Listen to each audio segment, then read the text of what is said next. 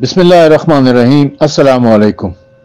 اہل بیت عظام علیہم السلام کی فضیلت میں جو قرآن مجید کی آیات نازل ہوئی ہیں وہ آپ کی خدمت میں پیش کرنے کے لیے جو ہم نے ایک سیریز شروع کر رکھی ہے وائس نوٹ کی، اس سیریز میں آج ہم آپ کی خدمت میں جو آیت پیش کرنا چاہتے ہیں وہ سورہ طٰہٰ کی آیت نمبر 132 ہے۔ سورہ طٰہٰ قرآن مجید کا 20واں سورہ ہے اور 16ویں سپارے میں ہے۔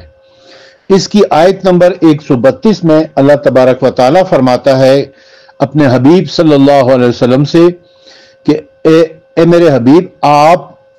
اپنی اہل کو یعنی اپنی اہل بیت کو نماز کا حکم دیں اور خود بھی اس پر قائم رہیں۔ آپ اپنی اہل بیت کو، اپنی اہل کو نماز کا حکم دیں اور خود بھی اس پر قائم رہیں، یعنی نماز پر قائم رہیں۔ یہ سورہ طٰہٰ کی آیت نمبر 132 ہے۔ اس کی تفسیر کیا ہے، اس حوالے سے کتب اہل سنت، تفاسیر اہل سنت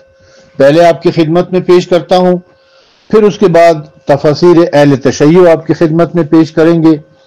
اور پھر ایک لطیف نکتے کی طرف آپ کو متوجہ کروں گا۔ میں چاہوں گا کہ میرے سننے والے، میرے سامعین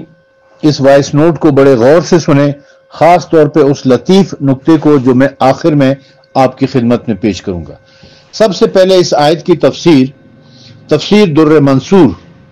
جو علامہ جلال الدین عبد الرحمن بن ابو بکر السیوطی کی لکھی ہوئی ہے، جس کا اردو ترجمہ پیر محمد کرم شاہ الازہری نے کیا ہے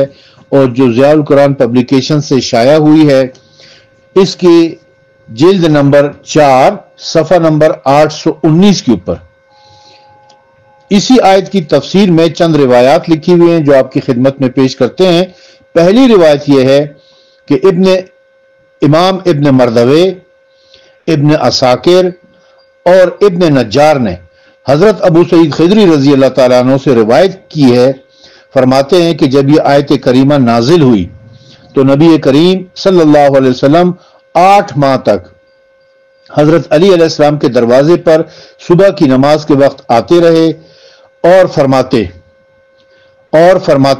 الصلاۃ الصلاۃ، اللہ تعالیٰ آپ لوگوں پر رحمت نازل کرے،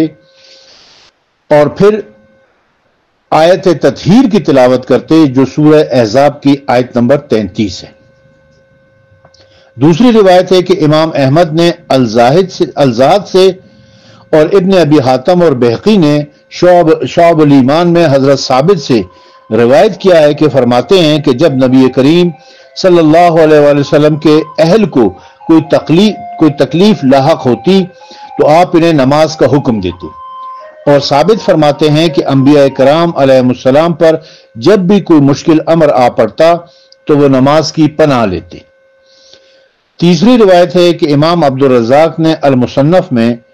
اور عبد بن حمید نے معمر عن رجل من قریش کے سلسلے سے روایت کیا ہے کہ نبی کریم صلی اللہ علیہ وآلہ وسلم کے گھر والوں کو رزق کی تنگی محسوس ہوتی تو آپ صلی اللہ علیہ وسلم انہیں نماز کا حکم فرماتے اور پھر یہی آیت پڑھتے۔ امام ابو عبید سعید بن منصور ابن منظر طبرانی نے الاوسط میں، ابو نعیم نے الحلیہ میں اور بہقی نے شعب الایمان میں صحیح سند کے ساتھ